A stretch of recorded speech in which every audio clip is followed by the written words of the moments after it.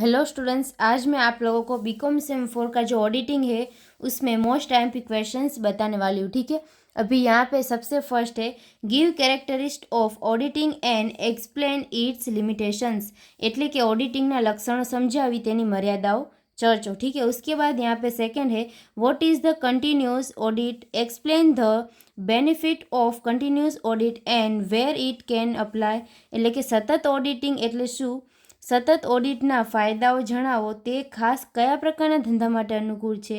उसके बाद सेकंड है यहाँ पे सेकंड क्वेश्चन, उसमें फर्स्ट है give the qualification and disqualification of company auditors, એટલે કે કંપનીની ઓડિટરની લાયકાતો અને ગેરલાયકાતો જણાવો। ठीक है, उसके बाद सेकंड है यहाँ पे इस सेकंड क्वेश्चन में है उसमें explain the rights and duties of companies auditor, એટલે કે कंपनी ऑडिटरना हकों और फरजों जणाओ। ठीक है, उसके बाद यहाँ पे थर्ड नंबर का है, उसमें भी फर्स्ट है explain the essential features of good system of internal control, એટલે કે આદર્શ આંતરિક અંકુશ પદ્ધતિના લક્ષણો સમજાવો। उसके बाद इसमें सेकंड है explain internal control system for cash sales, એટલે કે રોકડ વેચાણ માટે આંતરિક અંકુશની પદ્ધતિ સમજાવો। उसके बाद सूचવો। उसके बाद फोर्थ नंबर का है, उसमें फर्स्ट है explain scope and objectives of internal control, એટલે કે આંતરિક અંકુશની કાર્યક્ષેત્ર તથા ઉદ્દેશો સમજાવો। उसके बाद सेकंड है इसमें give the difference between internal control and internal audit, એટલે કે આંતરિક અંકુશ અને આંતરિક ઓડિટ વચ્ચેનો તફાવત સમજાવો। उसके बाद यहाँ पे फिफ्थ नंबर का है, उसमें सबसे फर्स्ट है explain the meaning of voucher and vouching and describe its characteristic, એટલે કે વાઉચર અને વાઉચિંગનો અર્થ સમજાવી તેના લક્ષણો ચર્ચો। उसके बाद इसमें सेकंड है explain the difference between vouching and routine checking, ठीक है, એટલે કે वाउचिंग અને નિત્ય तपास वच्चेनो तफावत समझाओ। ठीक है, उसके बाद यहाँ पे आगे सिक्स्थ नंबर का है vouching is backbone of auditing, explain this statement with reference to duties of an auditors. ठीक है, એટલે કે અહીંયા આગળ વાઉચિંગ એ ઓડિટરની કરોડરજ્જુ છે, વિધાન ઓડિટરની ફરજોના સંદર્ભમાં समझाओ। ठीक है, उसके बाद इसमें सेकंड है यहाँ पे how will you vouching following, उसमें ए करके है टेक्निकल नो हाउ एक्सपेंसिस। उसके बाद सेकंड है बी करके प्रिलिमिनरी एक्सपेंसिस, એટલે કે નીચેનું વાઉચિંગ કેવી રીતે કરશો, એમાં પહેલું છે એ કરીને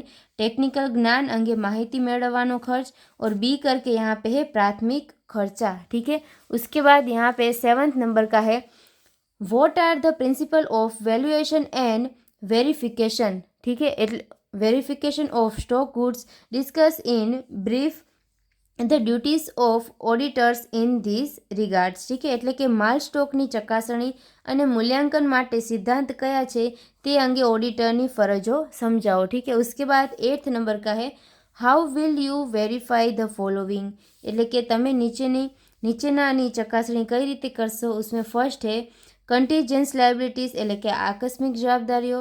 उसके बाद सेकंड है प्लांट एंड मशीनरीज, અને प्लांट અને मशीनरी। ठीक है, उसके बाद यहाँ पे नाइन्थ नंबर का है explain in short classes of auditors. ठीक है, એટલે કે ऑडिटरना अलग अलग प्रकारों समझाओ। उसके बाद टेंथ नंबर का है explain any 3 errors with example, એટલે કે કોઈ પણ 3 ભૂલ ઉદાહરણની મદદથી समझाओ। उसके बाद यहाँ पे 11th नंबर का है state the matter normally included in an audit notebook, એટલે કે ઓડિટ નોંધપોથીમાં સમાવેશ થતી બાબતો સમજાવો। उसके बाद यहाँ पे 12th नंबर का है, उसमें फर्स्ट है routine checking write a note on it, और सेकंड है internal check system for payment of wage. ठीक है, वेजीस, એટલે કે પહેલું એમાં છે નિત્ય તપાસ વિશે નોંધ લખો, और उसके बाद सेकंड है यहाँ पे મજૂરીની ચૂકવણી માટે आंतरिक अंकुशनी पद्धति जणावो। ठीक है, उसके बाद यहाँ पे 13 नंबर का है, उसमें सबसे फर्स्ट है point to be consider in vouching. ठीक है, એટલે કે वाउचिंग કેવી રીતે वाउचिंग करती वक्त ध्यान में राखवाना मुद्दाओ। ठीक है, उसके बाद यहाँ पे सेकंड है how will you vouch following, इसमें એટલે કે નીચેના વાઉચિંગ કેવી રીતે કરશો उसमें सबसे फर्स्ट है ए करके पेमेंट ऑफ अंडरराइटिंग कमीशन એટલે કે બાંયધરી કમિશનની ચૂકવણી. उसके बाद बी है परचेस ऑफ इन्वेस्टमेंट એટલે કે રોકાણોની ખરીદી. ठीक है. उसके बाद यहाँ पे 14 नंबर का है उसमें सबसे फर्स्ट है vouching is essence of audit. ठीक है. Auditing discuss. ठीक है, ये डिस्कस करना है आपको. वाउचिंग ए ऑडिटरનું આત્મા છે, સમજાવો. उसके बाद સેકન્ડ है यहाँ पे how will you vouch following એટલે કે નીચેનાનું વાઉચિંગ કેવી રીતે કરશો.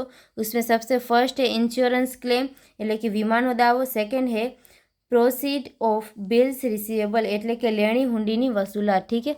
उसके बाद यहाँ पे 15 नंबर का है how will you verify the following એટલે કે તમે નીચેનાની ચકાસણી કેવી રીતે કરશો. उसमें फर्स्ट है कंटीजेंस लाइबिलिटीज એટલે કે આકસ્મિક જવાબદારીઓ.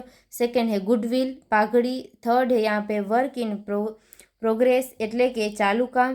उसके बाद फोर्थ है लैंड एंड बिल्डिंग એટલે કે જમીન અને મકાન. ठीक है. उसके बाद यहाँ पे 16 नंबर का है explain the errors affecting the trial balance એટલે કે કાચા સરવૈયાને અસર કરતી ભૂલો समझाओ. ठीक है. उसके बाद यहाँ पे आगे 17 नंबर का है explain the difference between continuous audit and annual audit એટલે કે ચાલુ ઓડિટ. यहाँ पे between continuous audit and annual audit એટલે કે ચાલુ ઓડિટ અને વાર્ષિક ઓડિટ વચ્ચેનો તફાવત સમજાવો. उसके बाद 18 नंबर का है explain the appointment and reappointment of company auditors એટલે કે કંપનીના ઓડિટરની નિમણૂક અને પુનઃ નિમણૂક સમજાવો.